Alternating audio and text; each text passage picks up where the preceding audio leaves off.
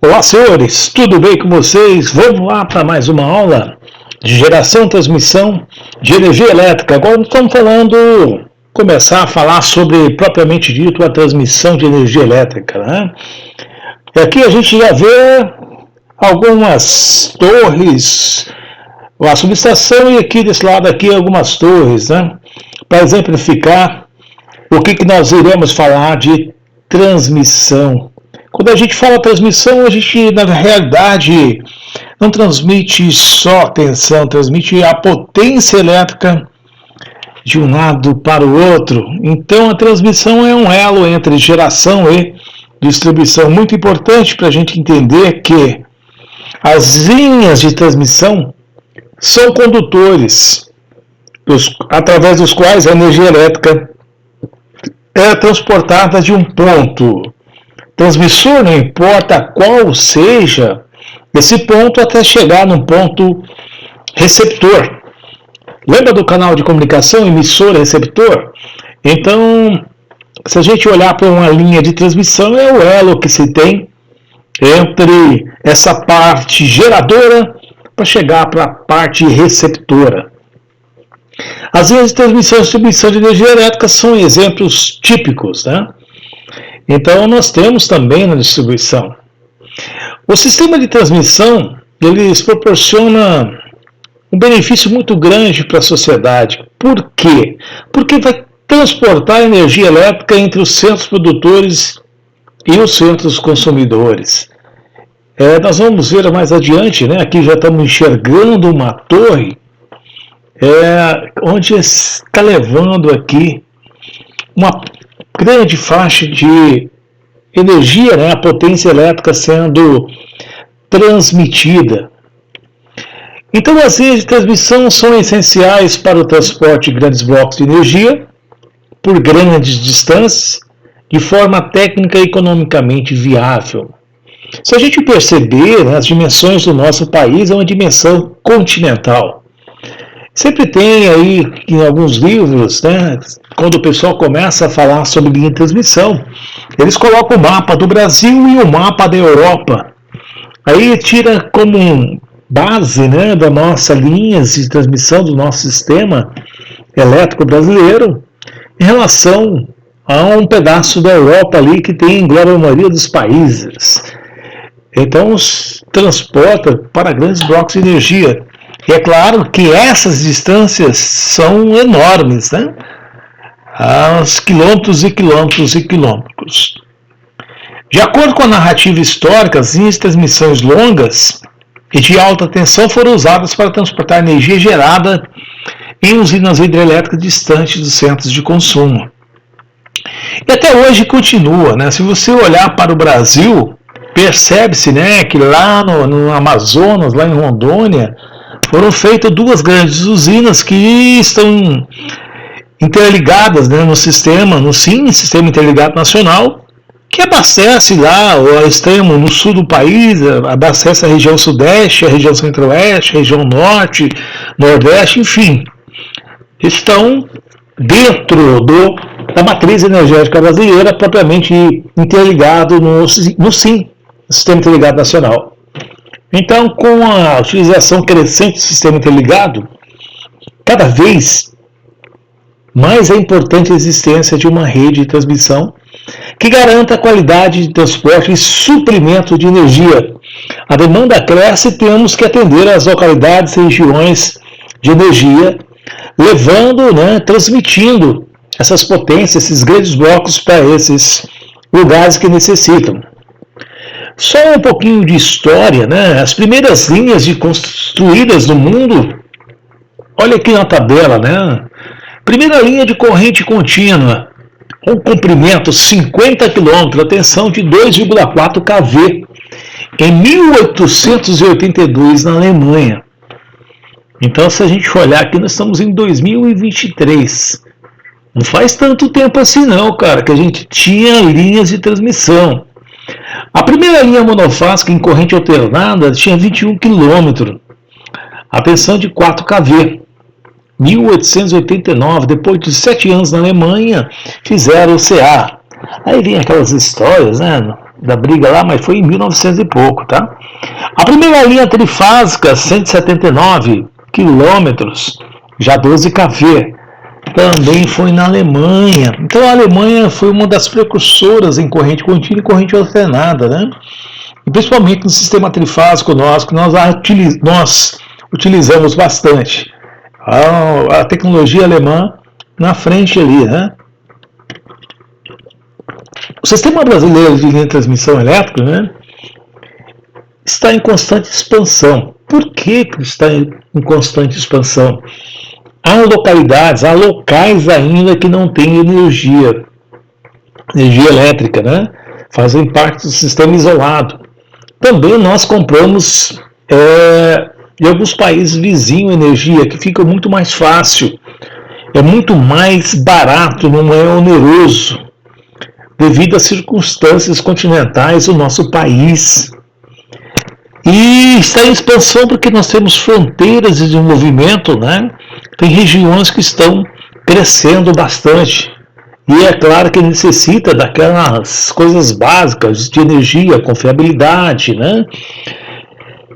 Adequação, enfim, tem um monte de coisas que a gente tem que ter para uma energia elétrica chegar de forma beleza para nós, né? Chegar de uma forma consistente. Olha só, de acordo com a Agência Nacional de Energia Elétrica, a ANEEL, né?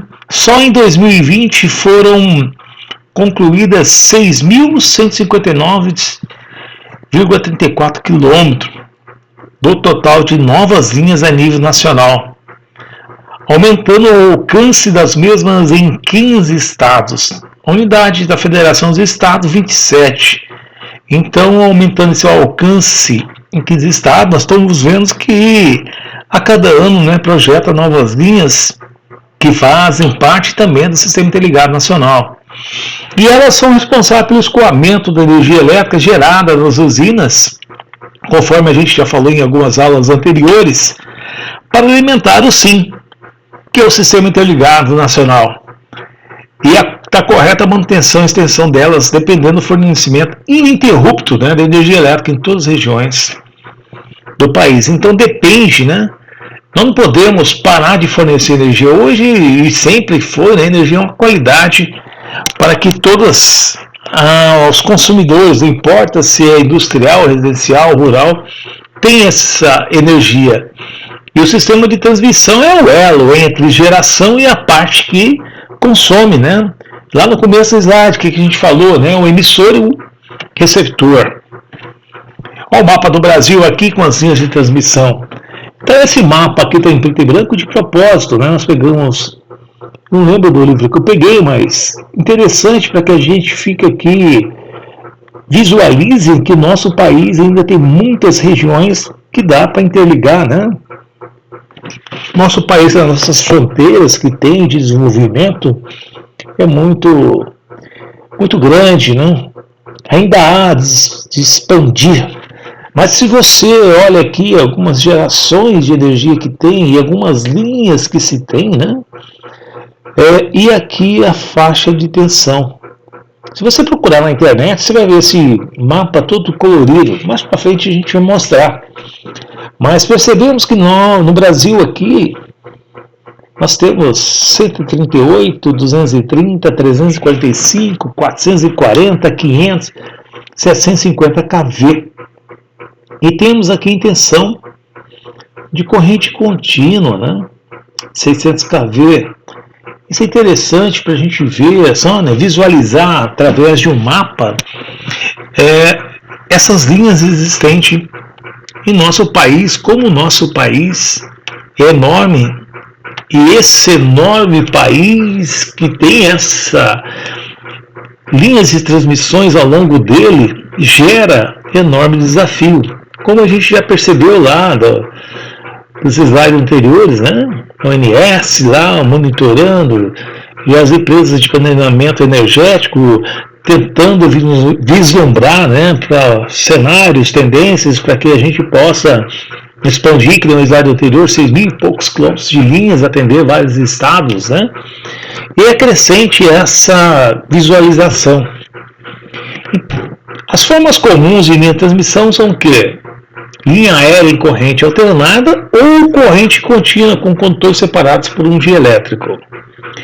A linha subterrânea com cabo coaxial com fio central condutor isolado, né, de um condutor externo coaxial.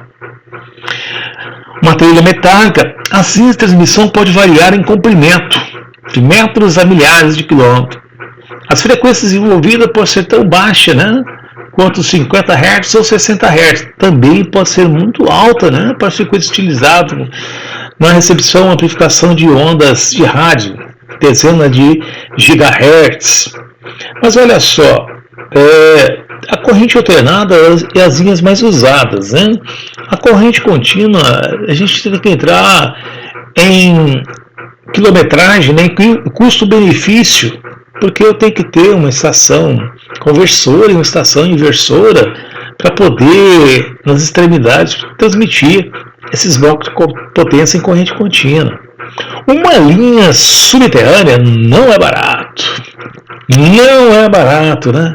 Então, há de ser fazer com muito estudo, cálculo, para que se possa concretizar fisicamente uma linha subterrânea.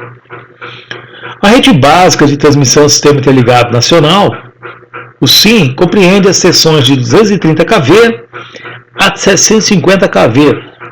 Então, opa, professor, para aí, você colocou lá no slide anterior 138. É que 138, alguns livros consideram transmissão, mas na realidade é subtransmissão. Então, na rede básica, né, que a gente compreende aqui, a extensão de 230 a 750 tem como as principais funções a transmissão de energia gerada pelas usinas para os grandes centros de carga. Com certeza, né? Os grandes centros estão distantes dessas fontes geradoras, então temos que levar por linha de transmissão. A integração entre os diversos elementos do sistema elétrico para garantir estabilidade e confiabilidade da rede. A estabilidade é você ter aquela continuidade de energia, não ter as variações abruptas de tensão, não ter transitórios, né? Então você tem que ter estabilidade. E confiável, né? Chega, eu sei que vai ter, né? Está disponível. A interligação entre as bacias hidrográficas e regiões com características hidrológicas heterogêneas de modo a otimizar a geração hidrelétrica. Com certeza, né? Essa interação, essa interligação é muito importante. A integração energética com os países vizinhos, como a gente falou, existem pontos isolados no nosso país que é muito mais vantajoso você levar energia através de alguns países, né? Por isso que temos que ter a diplomacia. Isso é muito importante, gente. Essa questão de segurança nacional, e também tem esse ponto de vizinho com vizinho se dar bem. Não precisa, o foco nosso é atender algumas localidades brasileiras que não tem como você gastar tanto para poder levar energia para lá. Então essa integração energética é muito importante com nossos países vizinhos. E aqui o nosso mapa já ficou mais colorido, né? Que eu falei para você que mais à frente a gente ia ver. E a gente percebe aqui os complexos, né? Paraná. Então tem aqui, você enxerga alguns complexos que tem aqui. Olha só, Parapanema, Grande, Paranaíba. Então eu tenho o nosso mapão aqui, que tem as suas linhas, 230 kV em verde, em amarelo linhas de 138, né? Tem algumas linhas, né? Em azul 345 kV e enfim, em preto 750 kV. Então, e tem as linhas em corrente contínua, muito importante para que a gente observe, né? Que nosso país, a nossa matriz energética brasileira é muito importante estar no Sistema Interligado Nacional. Imagine se dá um pega para capar, dá um pau aqui numa linha de transmissão. E o trabalho que vai ter? É claro que tem as devidas proteções, né? Hoje nós temos softwares que fazem simulações e a gente pode isolar um pequeno trecho, né? A gente tenta, falando brincando assim, mas os técnicos, os engenheiros, fazem essas brincadeiras também para simular o pior, né? Colocar ali, mas mediante essa simulação, é claro que eu tenho dados, eu tenho uma estrutura do sistema na mão, eu tenho uns softwares poderosos que podem pegar esses dados e fazer ali várias variáveis, né, para poder enxergar o que está acontecendo. Não é simples, né? Aqui só a título de curiosidade, né? Esse aqui é um diagrama elétrico entre a ligação norte e sudeste, centro-oeste, com o terceiro circuito de reforço da região sudeste. Então a gente vê as barras, né? Vê as partes geradoras. Essas barras, então, tem aqui as linhas de transmissão que estão todos interligados. Olha, Itumbiara é Goiás, né? Aonde que Furnas, aqui, Barreto, aqui a parte do Nordeste, Imperatriz, aqui em cima. Então, nesse diagrama unifilar, dá para a gente entender que no quadro sinótico, nos supervisórios, eles vão enxergar através desses diagramas também. É claro que quando ele pega o mausinho e coloca em cima, por exemplo, da barra, ele enxerga ali todas as grandezas elétricas, potência aparente, potência ativa, reativa, enfim, ele vai enxergar um monte de informações necessárias para ver se o sistema está permanente, se o sistema está tranquilo. Então, cada tipo de linha possui propriedades diferentes, que depende do quê? Primeira coisa é a frequência. Se você olhar no Brasil, o Itaipu, lá Itaipu binacional, do lado Paraguai 50 Hz, do lado brasileiro 60 Hz. E nós compramos energia do lado paraguaio 50 Hz. Compramos nessa frequência, é claro que eu vou transformar ali, perto de Itaipu ali, na subestação tem uma fonte inversora, que eu vou pegar corrente 50 Hz, vou transformar ali, transformou em contínua, ficou mais viável e leva lá para o interior de São Paulo. Lá eles fazem uma inversão novamente, CC para CA, para chegar ali aos grandes centros. Qual é o nível de tensão? A pergunta que se fala, porque a gente vê o nosso país, conforme aquele mapa, vários tipos de tensão. Então eu faço um estudo da linha de transmissão para ver qual é esse nível de tensão. A quantidade de potência a ser transmitida. Qual é o bloco de potência que vai ser atendida? Vai depender de sérios fatores, né? De vários fatores. Desde a geração até onde quer chegar. O modo de transmissão. Aéreo ou subterrâneo? É claro que o nosso aéreo está mais barato que o subterrâneo.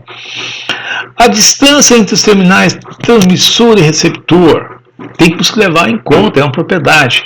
Lá em Rondônia ou lá no Amazonas, para chegar aqui no Sudeste, é uma distância considerável. Então, considera isso daí. Então, olha só, aqui também eu tenho uns modelos de linha de transmissão. Se você perceber, as linhas de transmissão em corrente alternada, eles possuem resistência, indutância e capacitância, uniformemente distribuída ao longo da linha. Ele fala aqui que a resistência consome a perda de potência, R vezes I elevado ao quadrado. Desculpa aí que deu R2, não é R vezes I elevado ao quadrado. Então eu tenho uma perda aqui, uma resistência vezes a corrente elevada ao quadrado. A indutância a gente sabe que ela armazena o quê? O campo magnético devido à circulação de corrente que passa nas linhas de transmissão. A capacitância armazena energia no campo magnético devido à diferença potencial. Então olha só, aqui eu tenho um modelo de linha, né, um diagraminha, resistência vezes reatância, vai me dar essa impedância aqui. Condutância vezes capacitância, aqui ele representou pela admitância. A corrente aqui da fonte, então, VT aqui, vamos colocar transmissora. A corrente aqui a carga, vamos colocar receptora. Então aqui eu tenho um tal de chamado modelo Pi, uma representação de linhas. No modelo Pi, onde daqui lá para eles fazem alguns cálculos, né, para que possa entender as linhas que tem, né? E as linhas, né, passando por outros slides, só para devido aos cálculos, a gente classifica as linhas aéreas de transmissão como linhas curtas, médias ou longas. As linhas de transmissões curtas são aquelas que que está ali até 80 km. A média é entre 80 e 240 km e as longas é acima de 240 km. Então a gente percebe que tem muita informação sobre linha de transmissão. Então, senhores, esse é o último slide, né? Então voltamos para cá e finalizamos.